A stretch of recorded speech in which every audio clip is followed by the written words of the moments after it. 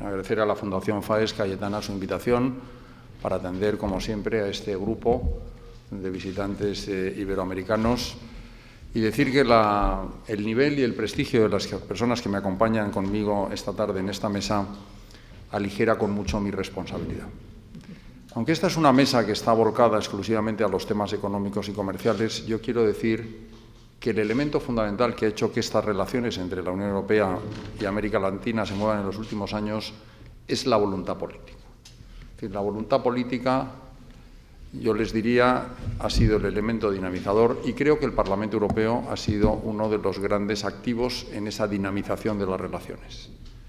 Pero la voluntad política, se decía en la mesa anterior, es condición necesaria,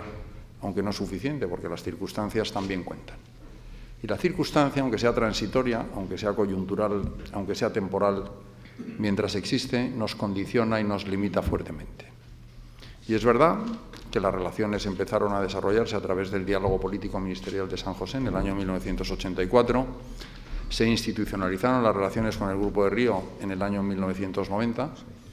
y, bueno, este diálogo político ministerial se superó por arriba a través de los mecanismos de las cumbres en el año 1999. Y hoy está bastante claro que las circunstancias son radicalmente distintas a las del año 1999. La Unión Europea se ha visto inmersa en la crisis más profunda desde la fundación de nuestro proyecto político, una crisis que no solo ha sido económica, comercial o financiera, sino una crisis sobre todo y fundamentalmente de confianza. Saben que hemos estado un poco como en el mito de Narciso, ensimismados en la contemplación de nuestros propios problemas, intentando superar las dificultades, encontrar la salida al laberinto griego y reencontrar la senda del crecimiento sostenido y de la creación de empleo. Han visto ustedes que acaban de llegar de Bruselas que el presidente Juncker, en su discurso de investidura ante el Parlamento Europeo, dijo precisamente que esta era la comisión de la última oportunidad. Yo no sé si esa es una expresión excesivamente dramática, pero es verdad que los valores que inspiran el proyecto de construcción europea, la paz, la comprensión, la concordia y la reconciliación, son valores que compartimos con nuestros países amigos de América Latina. Y es verdad que América Latina está viviendo también su propia y particular circunstancia, después de unos años de importantísimo crecimiento económico, liderando el crecimiento económico mundial con algunos países de Asia. Yo creo que se ha ralentizado este crecimiento económico como consecuencia del precio de las materias primas y de otras razones que en este momento no vienen al caso. Lo que sí me parece importante subrayar es que ese desarrollo, ese salto cuantitativo y cualitativo que se produjo en las relaciones vino de la mano de la entrada de España y Portugal en el año 1986 y sobre todo de una serie de personalidades que realmente dieron un impulso muy notable a la relación. Me refiero, en primer lugar,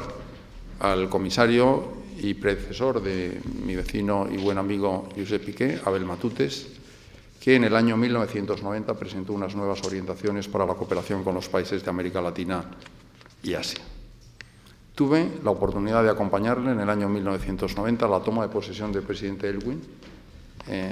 tras el plebiscito del general Pinochet. Y allí nos sucedió una cosa bastante sorprendente, y es que en la cola que había para saludar al presidente electo se nos acercó el ministro entonces de Relaciones Exteriores de Argentina, Domingo Cavallo, en su primera reencarnación, luego fue superministro económico, y nos pidió, no había sitio para reunirnos, en el despacho del oficial de guardia en el patio de los Naranjos del Palacio de la Moneda, una reunión para hacer un acuerdo. Les recuerdo que en esa época las relaciones entre la Unión Europea y Argentina estaban bajo mínimos, ahora tampoco son particularmente brillantes. Nos pidió un acuerdo que incluyese una cláusula democrática para poner a su país, a la Argentina, al abrigo de cualquier involución democrática. La Argentina, que entregó la administración anterior, la administración radical del presidente Alfonsín, tenía una hiperinflación del 1950%, y ese acuerdo ha sido el más rápido que la Unión Europea ha firmado en toda su historia. Esto fue en marzo del 90 y el acuerdo se firmó en Luxemburgo en el mes de abril. Después vinieron todos los demás acuerdos de la Unión Europea que incorporaron esa cláusula democrática que ha venido caracterizando el desarrollo de nuestros países. Después se trató de superar una injusticia histórica, y es que los países de América Latina, siendo el Banco Europeo de Inversiones un banco con vocación de desarrollo regional, y dedicando una parte importante de su capital, entre el 5 y el 10%, a acciones en el exterior, no actuaba en los países de la región. Se consiguió que el Banco Europeo de Inversiones actuase en los países de América Latina. Hoy es un aliado fundamental en las políticas de desarrollo y, en ese sentido, se expandió también la red de delegaciones que la Unión Europea tiene ya en todos los países. Una cosa muy interesante, se lo recordaba el otro día al embajador de Perú, antes de ayer, antiguo ministro de Asuntos Exteriores, Rafael Roncagliolo, cuando Colombia lanza en el año 90 también un llamamiento dramático a la comunidad internacional para ayudar a su país, que se veía sacudido por una grave inestabilidad. No teníamos dinero en el presupuesto comunitario para ayudarlos y movilizamos el único instrumento que teníamos, que era el sistema generalizado de preferencias comunitarias, dándoles el tratamiento más favorable. Hoy hemos pasado de unas concesiones unilaterales de la Unión Europea a unos acuerdos de tercera generación, a unos acuerdos de cuarta generación y, evidentemente, la Unión Europea tiene un modelo de acuerdos que realmente está en la vanguardia de muchos de los instrumentos y facilidades comerciales de los que se disponen. Quiero decirles también que la Unión Europea tiene dificultades en su dimensión interna, mercado interior y Unión Económica y Monetaria, y en su proyección externa, por los apremios que pesan sobre nuestros vecinos, sobre nuestra vecindad septentrional, con la crisis con Rusia, el problema de Ucrania. Saben que esta comisión, la Comisión Juncker, ha dicho que durante su periodo no va a haber nuevas adhesiones al proyecto de incorporación europea, a pesar de que los países de los Balcanes occidentales, Turquía, Islandia y otros países son países candidatos, y al mismo tiempo pues estamos sufriendo lo que han visto ustedes, que es toda la crisis de los llamados países de la primavera árabe, que están amenazando incluso con la situación de Libia a las propias libertades fundamentales de nuestro tratado, como es la libertad de circulación. En ese contexto, la Unión Europea está un poco meditando en cómo superar sus propios problemas y yo creo que es difícil ser fuerte en el exterior cuando se tienen debilidades tan importantes en la parcela o en la dimensión interna. Y en ese sentido hemos tenido la suerte de que, gracias a personas como Abel Matutes, gracias a personas como Manuel Marín, el comisario que le sucedió en el ejercicio de sus responsabilidades, gracias a personas como Benita Ferrero, que estaba en la sesión anterior, hemos conseguido cerrar una red de acuerdos importantísimos en el ámbito de nuestras relaciones comerciales. El acuerdo de asociación con América Central, primer bloque regional que tiene un acuerdo de estas características con la Unión Europea, el acuerdo con Colombia y Perú, al que se ha incorporado Ecuador, y están pendientes la renovación de los acuerdos de asociación que en su tiempo fueron modélicos con Chile y con México. Tuve la oportunidad de decirle a la comisaria de Comercio el otro día, de forma un poco heterodoxa, porque yo ya no estoy en el mundo de la política, que no son posibles los tiempos que maneja la Unión Europea. Es decir, para que la Unión Europea llegue a penetrar mercados tan interesantes como el mercado de México. Recuerdo que con el ministro Piqué coincidimos en un seminario de la Fundación Euroamérica. En México se han hecho importantes reformas constitucionales, pero los tiempos de la Unión Europea se están convirtiendo en tiempos imposibles. Piensen que para la renovación de un acuerdo existente que ha funcionado muy bien, como es el de México o el de Chile,